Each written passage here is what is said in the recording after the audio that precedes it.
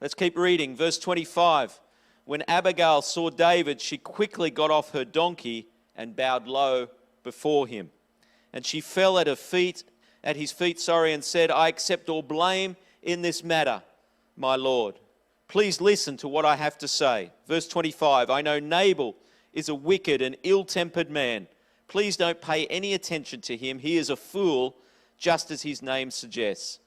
But I never even saw the young men you sent. See, if Nabal represents foolishness, and foolish words can dismantle, what we see in Abigail is the expression of grace, bringing reconciliation and restoration. And I want to stir you this morning that you might find yourself in a broken situation, but just like Abigail, words of humility can restore a situation that's heightened and about to create a fight. I love the picture that Abigail represents here, where she actually humbles herself before David. Her foolish spouse actually created a fight, and here she is bringing a posture of humility to a situation of brokenness, and through that posture actually creates an avenue for reconciliation to be explored. I believe this story shows us very powerfully how the words of humility actually open the door for reconciliation to take place. And I love how Abigail offers this powerful solution.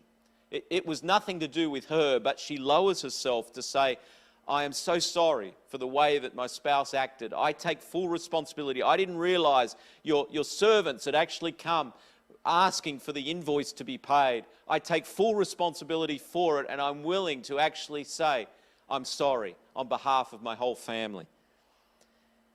And I think that's just a beautiful posture that we could potentially apply into our own lives today.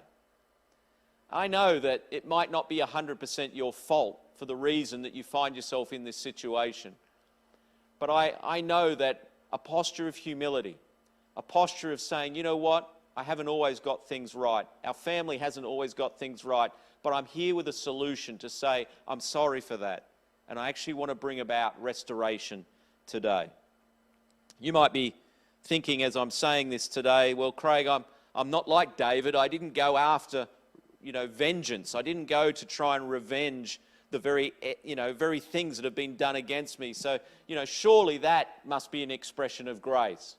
Well, you may not have sought retribution. And I would say that that's an extension of mercy. But grace is more than not choosing to be vengeful or to express vengeance. Grace is actually a step where you actually say, I'm choosing a path of reconciliation.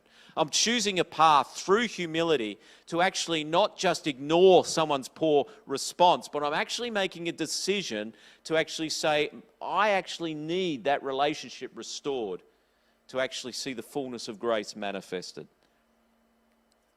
And so in your broken relationship that you might be facing today, whether it's, in your workplace right now, I know even in the workplace you're saying, you know what, I'm just not even going to go there anymore. But I want to stir you to go to that next step of grace where you actually bring about restoration in that situation.